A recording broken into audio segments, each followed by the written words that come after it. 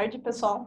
Meu nome é Érica Nagamini, né, como ela bem disse, né. Hoje eu trabalho com arquitetura de soluções, mas por muito tempo eu trabalhei como DBA. Fui DBA, mas também já fui dev, trabalhei também com um pouquinho de BI, né. Então é isso aí, gente. Né, só para falar aqui um pouquinho de mim, né. Então, quem quiser pode me adicionar em rede social, não tem problema nenhum, tá? Tô sempre, assim, procuro sempre responder no melhor tempo assim que eu tenho. Bom, a gente vai falar um pouquinho aí do que é a lei número 13.709, né, de 2018, que é a LGPD, né? Tá? Bom, essa lei ela veio aí até aí para se adequar ao mundo, né? Porque tá tendo uma série de leis no mundo inteiro referente à proteção de dados, né? Porque hoje a gente vive até o que a gente chama de economia digital, né? O que seria isso, né? Cada vez mais a gente tem gadgets, tem, sei lá, IoT, tem interfaces interligando dados, a gente tem a internet aí, trazendo, assim, cada vez mais dados para serem processados, armazenados, então seria muito bom, né? Como é que a gente vai gerir isso e controlar isso, né? Tá?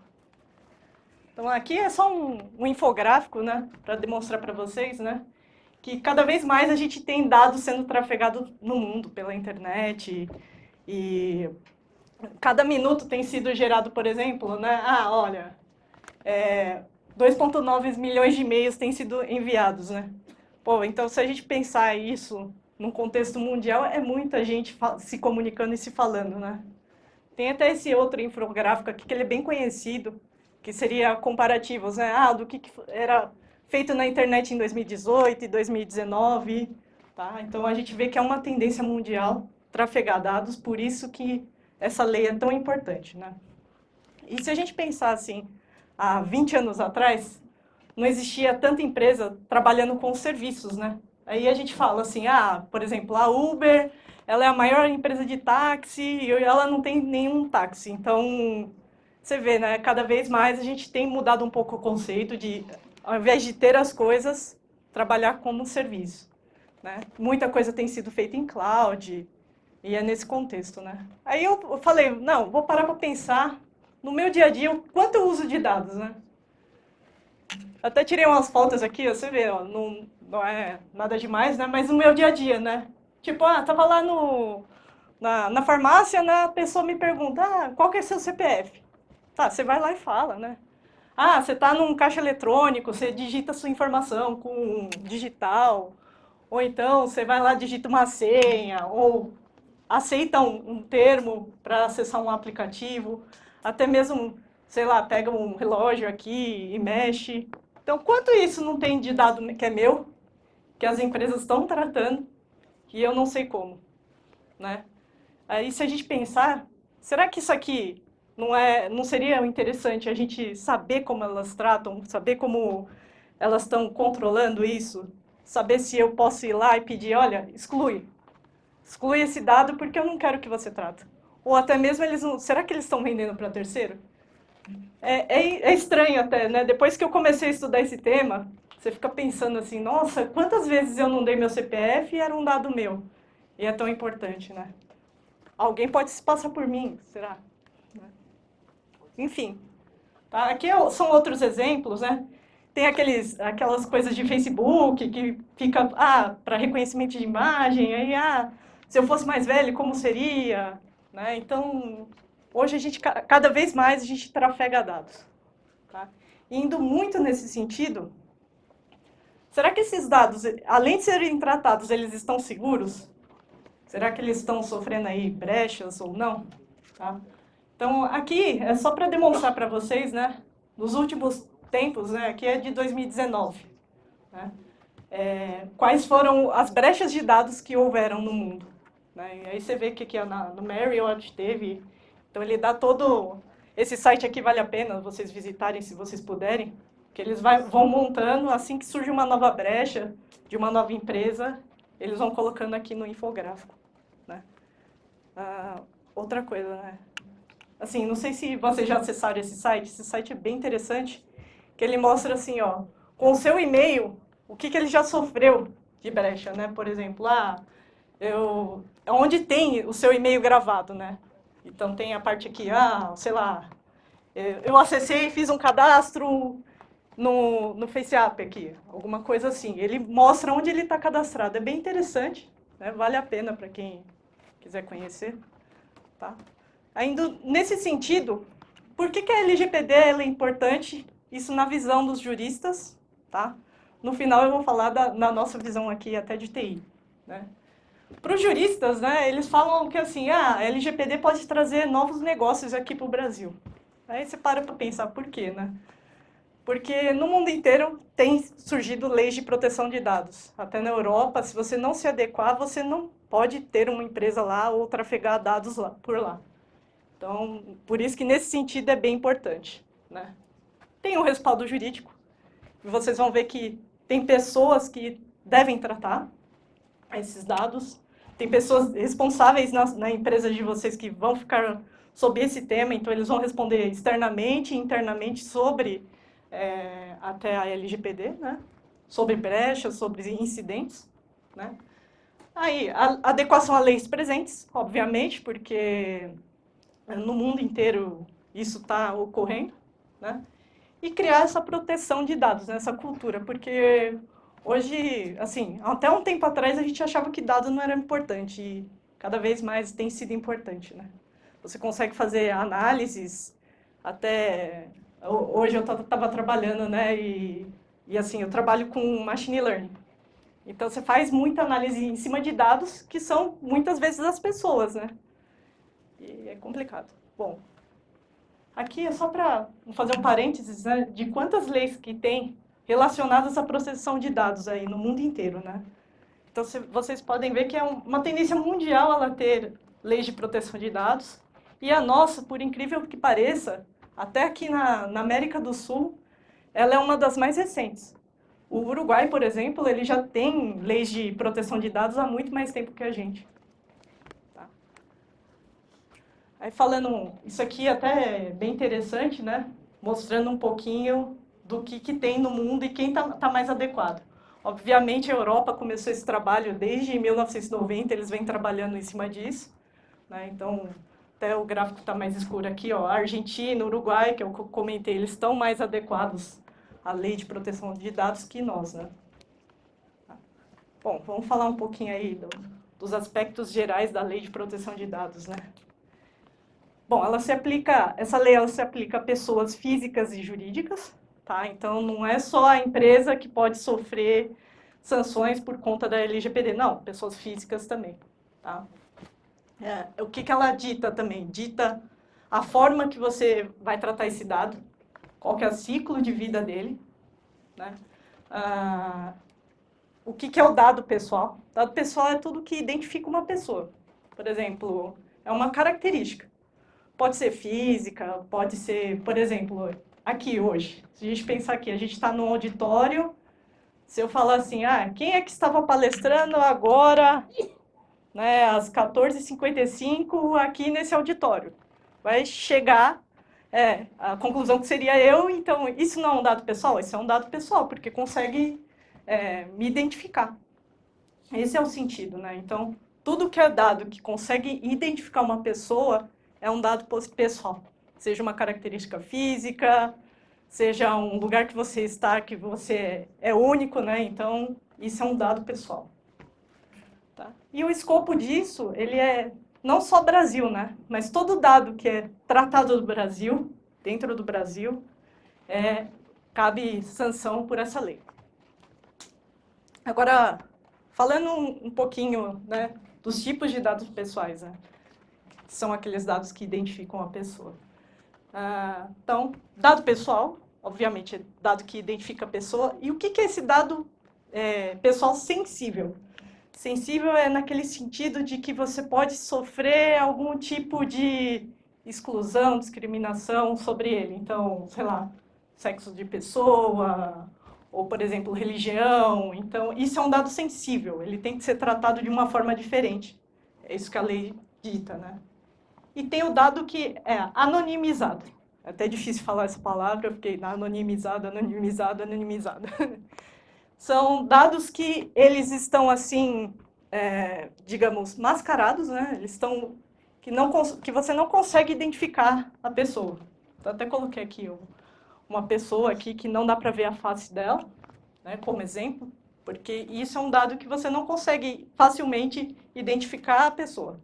Tem também o dado pseudo-anonimizado, é que você consegue fazer uma engenharia reversa em cima dele e tratar, né, para identificar a pessoa. Mas no caso do anonimizado, você não consegue tratar, você não consegue identificar. Tá? Agora falando um pouquinho aqui do quem são os envolvidos, né, nessa lei. Tem a parte de banco de dados. Tá? Só um parênteses aqui, não pense em banco de dados como aqueles sistemas de gerenciador de banco de dados, que é em TI, não. Eles falam que banco de dados é qualquer coisa que você possa armazenar dados, seja ele, sei lá, um papel, um caderno, né, um livro, alguma coisa que você tenha para armazenar aquele dado. Então, não é só meio tecnológico que é envolvido nessa lei, e sim qualquer meio que você possa guardar. Tá? Titular é o dono do dado. Então, o meu RG, o meu CPF, eu sou o titular dele, então é você. Né? O controlador é quem faz a gestão desse dado, né? O operador, muitas vezes, são as pessoas que manipulam isso, tá? E é uma pessoa até mais importante aqui de todos, né? Que é o DPO, né? Que seria o encarregado. Essa pessoa é extremamente importante até em organizações, justamente porque ela fica à frente respondendo internamente para a empresa, no caso de pessoas jurídicas, né? Internamente ela fica respondendo para a empresa a incidentes de segurança. Tá? Então, e externamente também. Se o governo cobrar alguma sanção, é nela que vai ser focado, é no encarregado. Tá? E tem a autoridade do governo que vai controlar isso, que é a autoridade nacional, que é a NDPD. Tá? Até isso foi uma discussão que teve, porque no começo, quando essa lei foi criada, estava assim, em discussão se essa agência ia ser criada. Né? E foi decidido que ela foi, porque estava naquela briga, vai ser ou não, vai ter um custo para isso, aí decidiram criar, porque é muito importante, né, ter algum órgão que regulamenta, né? Porque você sabe, né, que se não tiver nada que controle ou que regulamenta aqui no Brasil, é bem difícil, não vai ser aplicado. Tá. Então, falando um pouquinho aqui de tratamento de dados pessoais, o que seria isso, né? É qualquer coisa que eu faço com dado, tá? Qualquer operação que eu faço em cima dele, tá? Tem algumas técnicas, além de, tipo, inclusão, alteração, exclusão, né? Tem as técnicas que a gente até comentei por cima, né? Que seria a pseudo-anonimização, que seria você pegar esse dado e pseudo-mascarar ele para que ele não seja identificado facilmente.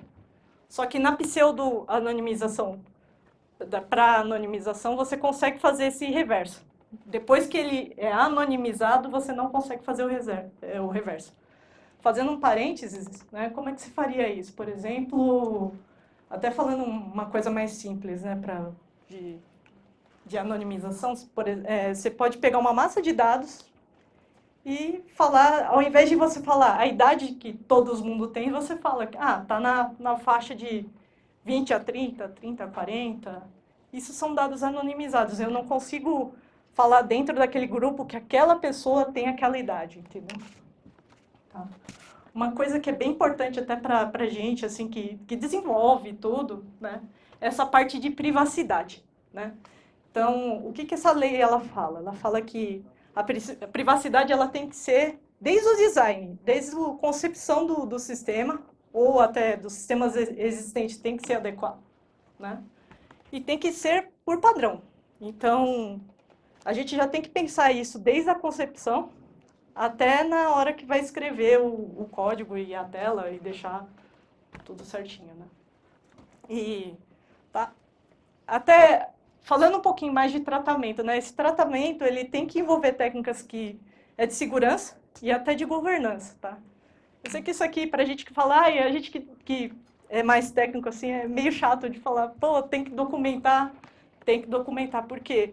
Porque ela também gere o ciclo de vida dessa informação. Então, se o usuário, por exemplo, pedir para excluir ou para alterar alguma determinada informação, é possível. Aqui é para mostrar aqui um exemplo, né, de um sistema que ele está anonimizado. Então, se a gente pegar aqui... Opa, ó, funcionou. Tá aqui, ó, CPF, tá vendo? Eu não consigo ver. Ele está aqui, tá assim, que não está visível facilmente. Então, isso é um dado pseudo-anonimizado. Por que ele é pseudo? Se eu clicar aqui, ele vai mostrar o CPF. Tá? Eu coloquei aqui esse vídeo. Ele é bem interessante, tá? Que ele mostra um exemplo de anonimização. Até de feito por imagem. É bem interessante. Por quê, né? Porque vocês vão ver que aqui vai entrar uma pessoa, tá? A gente não vai conseguir ver o rosto dela. Tá vendo? Ela entrou aqui porque o filtro está aplicado. Então, esse dado ele está anonimizado. Tá? Aí vai entrar uma segunda pessoa, onde o filtro não está aplicado. Então, você vai conseguir ver o rosto dela. Lógico que, obviamente, tem várias técnicas de mostrar isso, mas vocês vão ver também, tá vendo ali, ó, tá mostrando aonde está identificando o rosto da pessoa. Tá? Vocês vão ver que é legal que também dá para fazer isso para imagens, para lugares, né? Então, aqui a gente tem um ambiente onde o lado de lá tem anonimização e o lado de cá não tem. Então, a pessoa entrou lá, ela não tá sendo possível ver, né?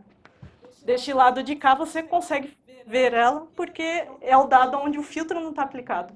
Então, esse é um exemplo que não é só de dado físico, não é só de e-mail que a gente consegue escrever ou ler, e sim de fotos, imagens. A gente pode tratar N coisas, né, para anonimizar. Então, é um exemplo que eu trouxe para vocês que eu achei bem interessante. Ó, então, qualquer movimento que a pessoa faz para lá, ele não consegue ver, né? É isso. Até quem quiser até entrar nesse site aqui depois, tá? Fica à vontade, que ele demonstra lá como é que esse filtro foi feito e aplicável. Falando um pouquinho mais de autorização do dado pessoal, né? Como é que funciona isso, né? Eu tenho que dar autorização, você como titular tem que dar autorização para tratamento desse dado. Tá? Você pode fazer isso por vários motivos, né? Ou tem alguma coisa que possa fazer por você. Né? Consentimento, por exemplo, eu vou lá e assino e falo assim, não, eu quero que você pode tratar meu dado, não tem problema nenhum. Eu dou o meu consentimento. Tá? Ou por alguma obrigação legal, por exemplo, cumprimento de alguma obrigação legal eu vou assinar um contrato. Eu preciso ter essa autorização para poder tratar, então a empresa faz. Tá? Execução de políticas públicas, por exemplo, vão pavimentar uma rua, não precisa pegar um dado pessoal para poder, para uma autorização para poder tratar esse dado. Né? Fazer estudos de órgãos de pesquisa também não, né? Isso aqui ele já vem pré-acordo, né? Tem a parte de proteção à vida é muito importante, né? Porque muitas vezes, né, a pessoa está passando mal, ela não vai conseguir dar uma autorização, não, olha, pode tratar meu dado pessoal. Não, muitas vezes eles vão tratar esse dado pessoal primeiro, vai tratar você, vai identificar e depois ele já está pré-acordado que você pode ser tratado e que se tiver algum dado pessoal, por exemplo, tipo sanguíneo, e na sua ficha tiver tipo sanguíneo, você não precisa dar um acordo para o hospital para ele poder tratar. Não, já vai estar lá. E engloba também a tutela da saúde, né, a proteção ao crédito. Então, tem todas essas bases legais para poder tratar esse dado. Quando é dado sensível, ele até tem umas regras um pouquinho mais destacadas, além daquelas, né? Então, por exemplo, né? Para dado sensível, por exemplo, religião. O consentimento ele tem que estar bem específico. Você precisa tratar por isso, entendeu? Então, não é só ir lá no sistema e dar um ok falando assim, ah, não, pode tratar, né? Porque muitas vezes a gente pega esses cadastros e acaba dando accept lá sem ler o termo, né? Já aconteceu até de sistemas que já me falaram, né, que dentro lá do cadastro, né, do acordo que tinha, estava falando assim, ah, não, olha, você está liberado para tratar minha alma por 100 mil anos, né? E a pessoa não leu e deu accept, né?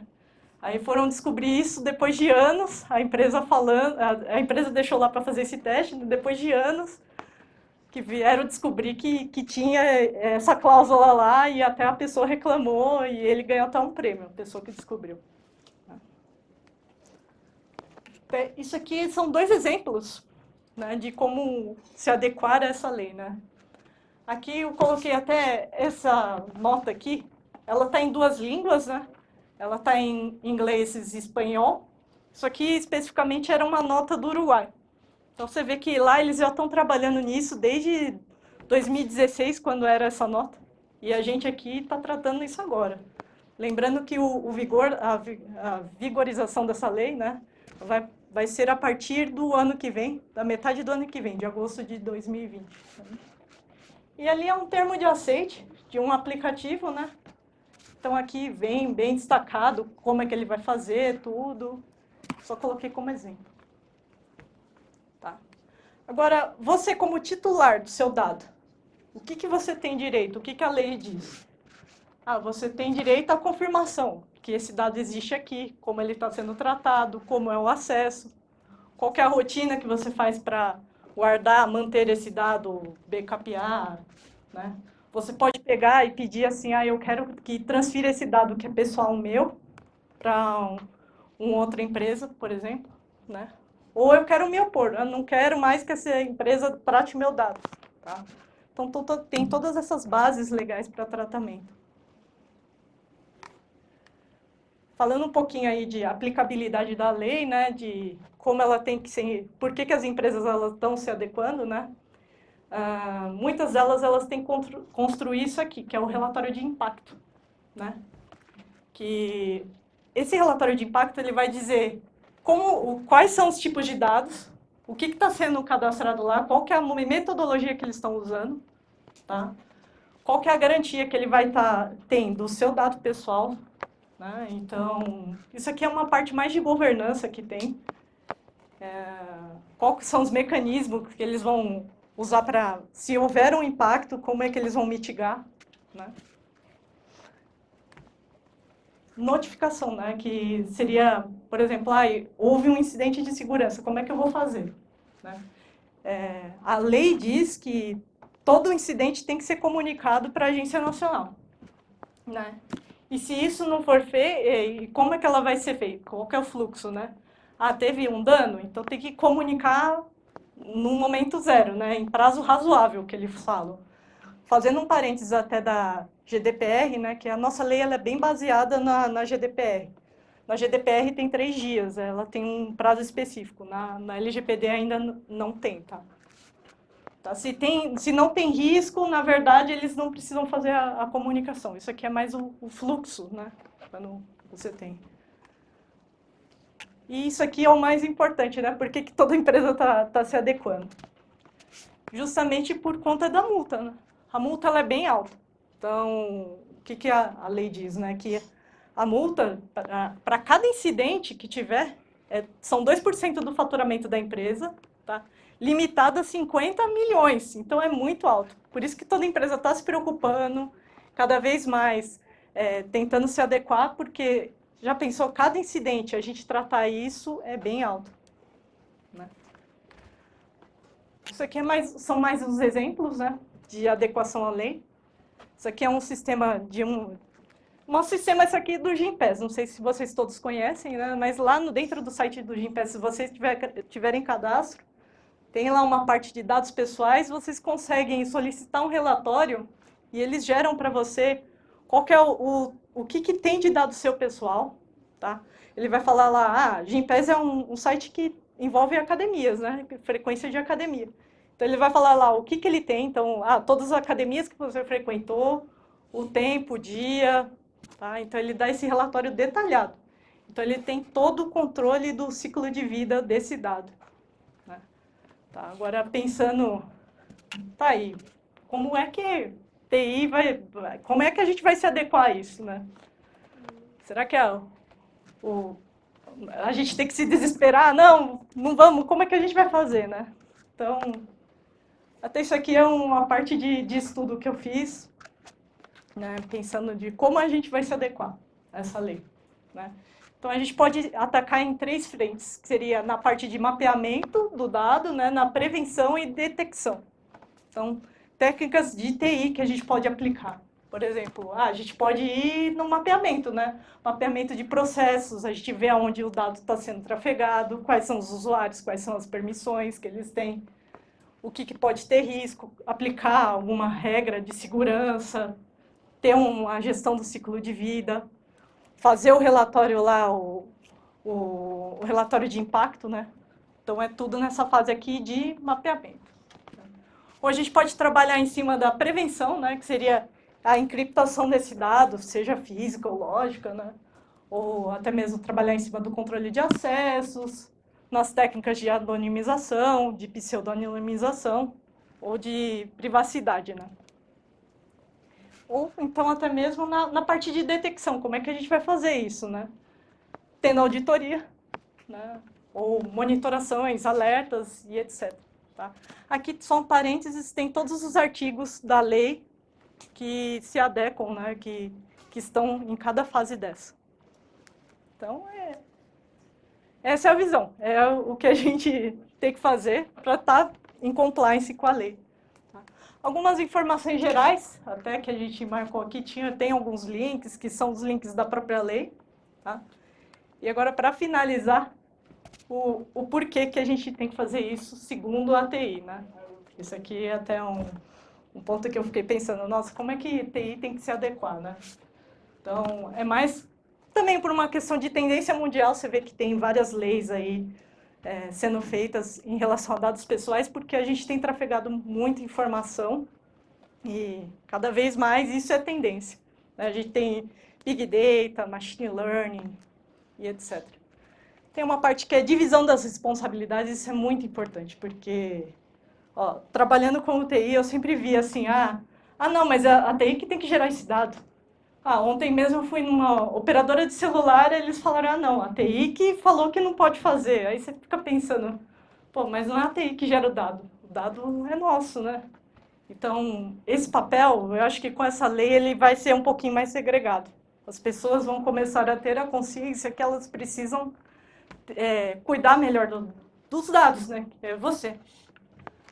Tá? Atendimento a uma regra governamental por conta de multas e etc. Né?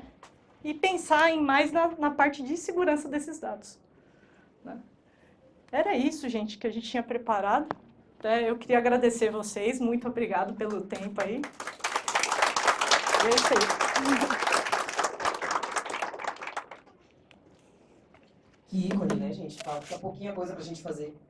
Muito obrigada, Érica. Nós temos alguns minutinhos para perguntas. Alguém quer fazer alguma pergunta? Chegamos ali.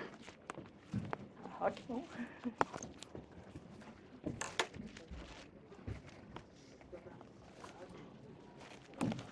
Boa tarde. Oi, boa tarde. Eu tenho uma dúvida sobre essa parte de anonimização, se a gente tem que anonimizar o dado já no nosso banco de dados ou só na parte da visualização dessa informação?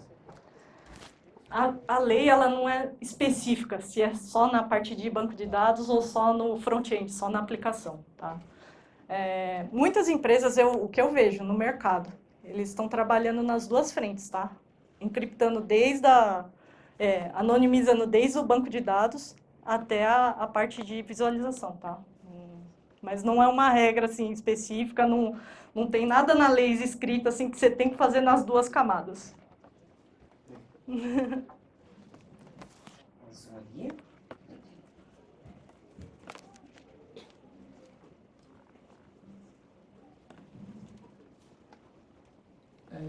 Meu nome é Evandro. Eu queria saber, por exemplo, eu como usuário, de um aplicativo, por exemplo, brasileiro, que ainda não se adequou à legislação, o que eu vou ver de diferente no uso desse aplicativo? Consigo ver como usuário essa diferença ou não? Para se adequar à lei, com certeza. Tá? Depois que- O que eles falam é que você vai ter acesso aonde está o seu dado. Então, aquele exemplo que eu mostrei até é um exemplo real, tá? Eu sei que é uma empresa de fora do Brasil que já se adequou por conta da GDPR, mas isso também deve acontecer aqui no Brasil, que é você saber aonde está o dado. Então, você vai ter o direito a ter um relatório de onde seu dado está dentro da empresa. Então, onde está o ciclo de vida disso? Então, se está em mais de uma base, em mais de um aplicativo, se eles estão dando esse dado para terceiro, tá? Então, isso é o que a lei diz, que tem que ser bem específico e tem que fornecer um relatório para o usuário, se precisar. Mais alguma pergunta? Mais alguém? Opa. Deletar também. Se eu quiser pedir para deletar ou para excluir o dado, também é possível. Oi, Erika. Oi, boa tarde. Eu ia justamente comentar sobre isso, sobre do usuário ter o direito de saber onde está o dado, né, e de ter o direito de pedir para deletar esses dados. Uhum. Aí nós estamos até discutindo isso, né, lá na empresa, esses dias, porque é o seguinte, por exemplo, eu tenho dados de usuário, certo?